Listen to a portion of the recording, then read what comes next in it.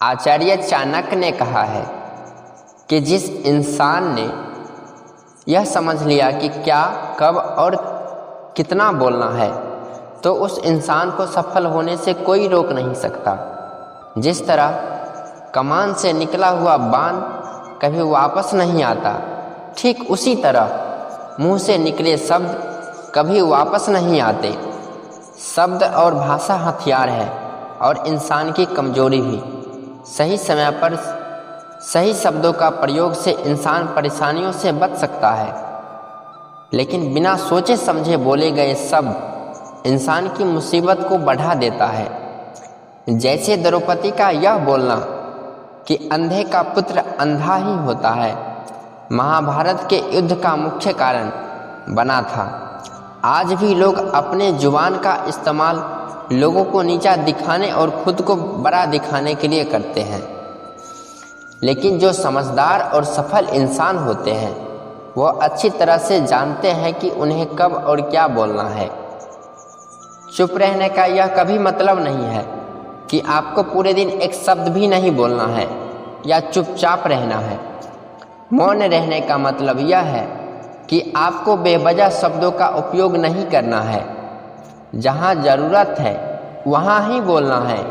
आज मैं आपको चुप रहने का 7 ऐसे फ़ायदे बताऊंगा जिन्हें सुनने के बाद आज से ही नहीं बल्कि अभी से आप उतना ही बोलेंगे जितनी ज़रूरत है। नंबर 1, मौन लोगों को ध्यान खींचती है। महान आचार्य चाणक्य कहते हैं कि उन्होंने अपने हजारों शत्रुओं को अपनी खामोशी से परास्त किया था।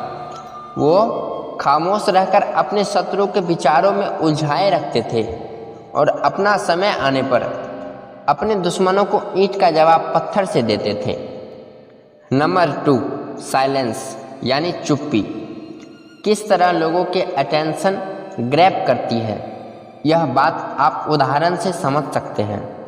जब क्लासरूम में टीचर किसी सब्जेक्ट पर बात करते हैं तो स्टूडेंट बिल्कुल ध्यान से सुनता है और अचानक चुप हो जाते हैं। तब सब सोचते हैं क्या हो गया भाई, कम्युनिकेशन बंद क्यों हो गया। जब स्कूल में था तो अक्सर ऐसा होता था और आज आपके साथ भी हुआ होगा। ठीक यही फार्मूला हमारे जीवन में लागू होता है।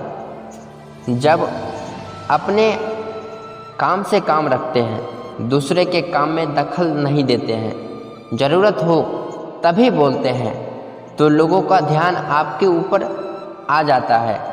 अगर आप कम बोलते हो, ज़रूरत हो तभी बोलते हो, तो आप एक प्रभावशाली व्यक्ति बन जाते हो। नंबर 3, मौन आपके विश्वास बनाने में मदद करता है। अगर आप एक मजबूत रिलेशनशिप बिल्ड करना चाहते हो तो जितना आप मौन और शांत रहते हैं, सामने वाले इंसान को आप उतना ही समझ पाते हैं। नंबर 4, चुप रहने से ऊर्जा की बचत होती है। शारीरिक या मानसिक सभी कार्यों को करने के लिए ऊर्जा की आवश्यकता होती है, क्योंकि बिना ऊर्जा से हम कोई कार्य नहीं कर सकते।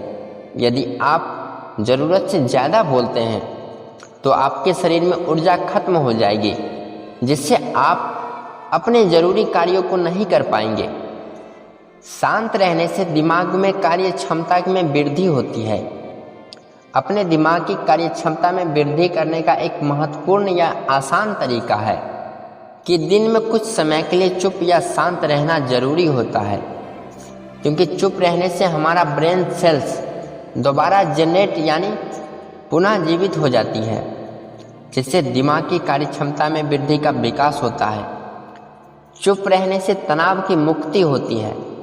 शोरगुल की आवाज़ तरंगे आपके कानों के माध्यम से दिमाग के साथ साथ शरीर में भी बुरा प्रभाव डालता है, जिससे तनाव उत्पन्न करने वाले हार्मोन पैदा होने लगते हैं। इसलिए तनाव से मुक्ति या छुटकारा पाने के लिए थोड़ा चुप रहना जरूरी है। नंबर 6, नींद में समस्याओं से छुटकारा मिलता है। दिन में कुछ देर चुप रहने से आपके शरीर व दिमाग दोनों को आराम मिलता है। शरीर दिमाग के आराम मिलने से अच्छी नींद आएगी और अच्छी नींद आने से आपकी शारीरिक एवं मानसिक रूप से स्वस्थ रहेंगे। जिन लोगों ने नींद से संबंधित समस्याएं होती है उन्हें दिन में एक बार शांत या चुप रहना चाहिए। इससे आपकी नींद न आने की समस्या खत्म हो जाएगी। कसूर किसी का भी क्यों न हो, मगर आंसू हमेशा बेकसूर के ही निकलते हैं।